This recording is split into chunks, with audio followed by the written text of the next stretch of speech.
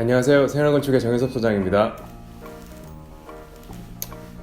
네, 이번 시간에는 신축으로 건물주이 되기 위해 알아야 할 모든 것 중에서 전원주택으로 건물주가 되는 방법을 알아볼 텐데요. 집을 짓기 위해서 가장 먼저 필요한 게 땅이겠죠. 땅이라고 해서 모든 땅에 다 집을 지을 수 있는 게 아니거든요.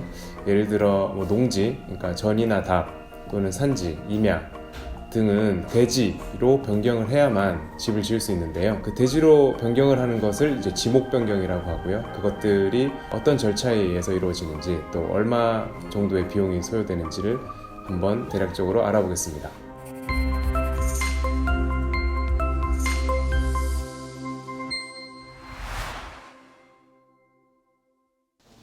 네, 건축물을 짓기 위해서는 제일 먼저 필요한 게 땅이겠죠. 근데 지난 시간에는 이제 도심지에서 좋은 땅을 고르는 방법도 알아봤었고, 이번에는 전원주택, 농지나 산지 이런 데서 이제 전원주택을 짓는 분들을 위해서 어떤 과정을 거쳐야 되는지 한번 알아볼 건데요. 일단은 전원주택을 짓기 위해서 필요한 대지를 확보를 해야 되는데요. 근데 이제 농촌 지역이나 산지에는 사실 대지라고 돼 있는 땅들이 많지는 않을 거예요. 그 대지라고 했을 때 우리가 그 법적으로 정의하는 게 총 그 땅의 형질에는 28가지가 법적으로 정해져 있어요. 그래서 여기 쭉 보시면 논, 답, 과수원, 목장용지, 임야, 광천우지, 염전 엄청 많죠. 그 다음에 두 번째 줄에 대지, 공장용지, 학교용지, 주차장, 주유소, 창고용지 이런 것들이 이제 용도별로 건축물을 지을 수 있는 대지라고 보시면 돼요. 이 첫 번째 줄에는 건축물이 아닌 이제 그런 다른 임업이나 농업 등을 할 수 있는 그런 용지인 거고요. 그 다음에 이 밑에는 이제 공공적인 성격이 있는 그런 땅들을 말하고 있습니다. 그럼 이제 저희는 전원주택은 대지로 되어 있는 땅을 구하시는 게 제일 쉽긴 하죠. 근데 대부분 안 그런 경우가 많을 거예요. 그래서 처음부터 이제 논이나 밭 이런 것들, 그 다음에 임야 대부분 이렇게 세 가지가 아마 많을 텐데 요것들을 대지로 바꿔줘야 되는 행위를 한번 해줘야 됩니다, 법적으로. 그래서 이 행위를 하는 것부터 이제 전원주택을 짓는 것이 시작된다고 보시면 돼요. 그래서 갈로치고 답이라고 돼 있고 임야에는 갈로치고 임이라고 돼 있죠. 이제 이런 것들이 토지이용 계획원상에 답, 임야 이렇게 나오는 것들이라고 보시면 돼요. 그래서 요거를 이제 대지로 바꾸는데 필요한 것들이 무엇인지 한번 보겠습니다. 요걸 이제 지목 변경이라고 하는데요. 28개 지목 중에서 이제 건축물을 지을 수 있는 대지로 변경할 수 있는 것을 이제 그 변경을 해야 되는데 그걸 지목 변경이라고 해요. 법적으로는. 지목 변경의 순서는 첫 번째 이제 농지 전용 허가가 있고요. 농지 또는 산지죠. 임야면 이제 산지 전용 허가인 거고요. 그 다음에 두 번째가 형질 변경. 형질 변경이라는 게 이제 지목 변경을 수반한 형질 변경 법적으로 필요한 부분이고요.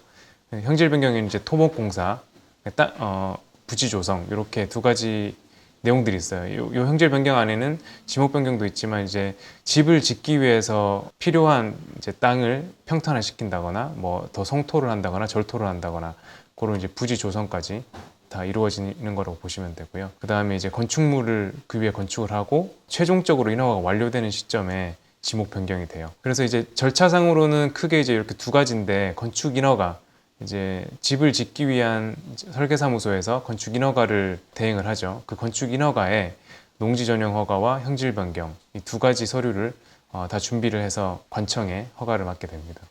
그래서 허가가 완료되면 이제 착공을 하게 되죠. 그래서 건축물을 건축하게 되고 그 건축물이 완료된 준공된 시점에서 사용 승인이 완료돼야 최종적으로 지목 변경이 되는 거예요. 그래서 이제 사용 승인이 완료된과 동시에 건물을 쓸 수도 있고 그 지목이 전이나 답에서 또는 임야에서 대지로 바뀌게 되는 거죠, 최종적으로. 이렇게 보시면 이제 간단한 이제 순서를 아실 수 있고, 근데 이제 지목 변경을 하는 데 있어서는 또 비용이 들게 돼요. 그러니까 도시 지역에서는 대부분 대지에 그냥 건축물을 올리기 때문에 설계비, 공사비, 감리비 그 정도만 알면 되는데 실제로 이 전원주택을 짓는 전원 지역에서는 이런 지목 변경 비용이 꽤 많이 들거든요. 그래서 이렇게 크게는 이제 한 세 가지 정도로 보시면 되는데 첫 번째 이제 농지 또는 산지 전용 부담금이 있어요. 이 비용이 꽤 크게 나오거든요. 그래서 공시지가에 전용할 땅의 면적 제곱미터 기준으로요. 곱하기 30%예요. 그렇게 산정을 하는 거고 두 번째 이제 산지 전용 부담금.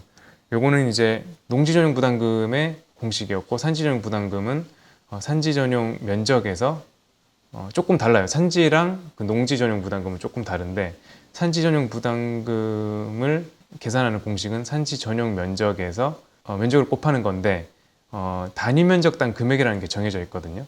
단위 면적당 금액은 요 밑에 세 가지 산지 지역에 따라서 그냥 정해져 있어요. 그래서 요 금액 플러스 공시지가의 1%를 한 금액에 산지 전용 면적을 곱하면 돼요. 뭐 좀 어렵기도 하고, 사실은 근데 이제 실제로 해보면 어렵진 않아요. 네. 그래서 요렇게 정해지는 거고요. 그 다음에 취득세는 여기 오타긴 한데 변경 후 시가 표준액 빼기 변경 전의 시가 표준액의 이제 2.2%를 내시는 거예요. 변경 전후의 시가 표준액이라는 건 이제 공시지가 기준으로, 그러니까 지목 변경 되기 전에 그 대지의 가치는 되게 낮잖아요. 그 전이나 답이나 이면은. 근데 이제 그거가 변경되면서 대지로 됐을 때, 건축물을 지을 수 있는 대지가 되면 땅값이 올라가요. 쉽게 말을 해서. 그래서 그 공시지가 자체가 높아지는 거죠. 그래서 그 차액만큼의 과세 표준액을 구하고 거기에 이제 2.2%를 내게끔 하는 거라고 보시면 됩니다. 이제 좀 어려울 수 있는데, 그냥 예를 들어서 앞에서 보셨던 이런 이제 부담금, 세금들을 좀 내시고, 그 다음에 전원주택을 짓기 위해서 총 비용을 좀 계산을 해보면 그 비용 플러스 이제 설계비가 있겠고요. 감리비가 있을 수 있는데, 건축 신고인 경우에는 감리가 제외되고요. 건축 허가일 때는 감리비가 들어가요. 네.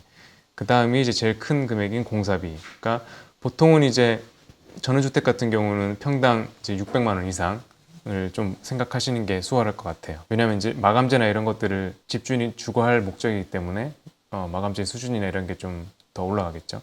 그 다음에 이제 인입비 및 조경비라는 건데, 인입비는 그 상수도나 하수도, 그 다음에 가스 뭐 이런 것들을 이제 내 대지에 넣어주는 그런 공사예요. 그런 것들이 생각보다 그 농촌이나 전원 지역에서는 많이 듭니다.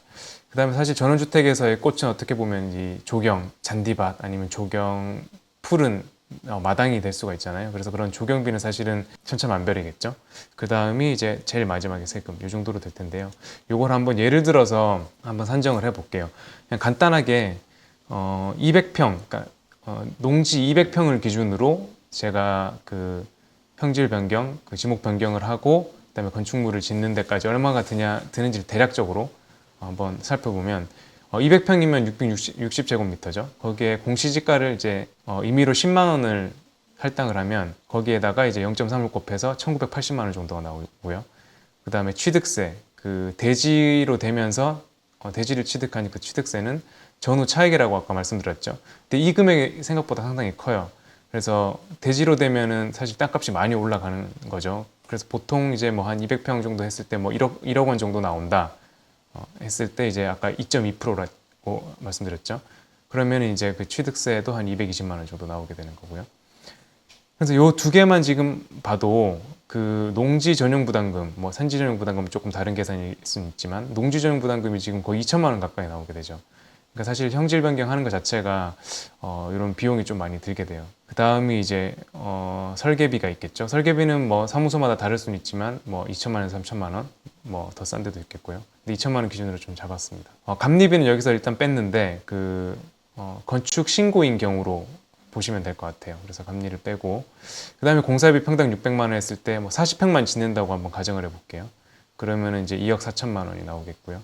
그 다음에 인입비 및 조경비를 봤을 때 한 1,000만 원 정도 일단은 대략 잡았습니다. 네. 그렇게 하고 이제 모든 게 다 완료됐을 때 건축물의 취득세나 뭐 그런 것들까지 따지면 한 300만 원을 봤을 때 이제 전체 총액은 한 2억 9,500만 원 정도가 되는데 거의 3억 가까이 나오게 되죠. 그래서 대충 이제 한 40평짜리 전원주택을 짓고 싶다. 그 농지에다가, 농촌에다가. 뭐 그러면은 아무리 못해도 한 3억 정도는 생각을 하셔야 된다는 거예요. 지금 이렇게 잡은 금액도 사실 거의 최소 비용이라고 보시면 될 것 같습니다.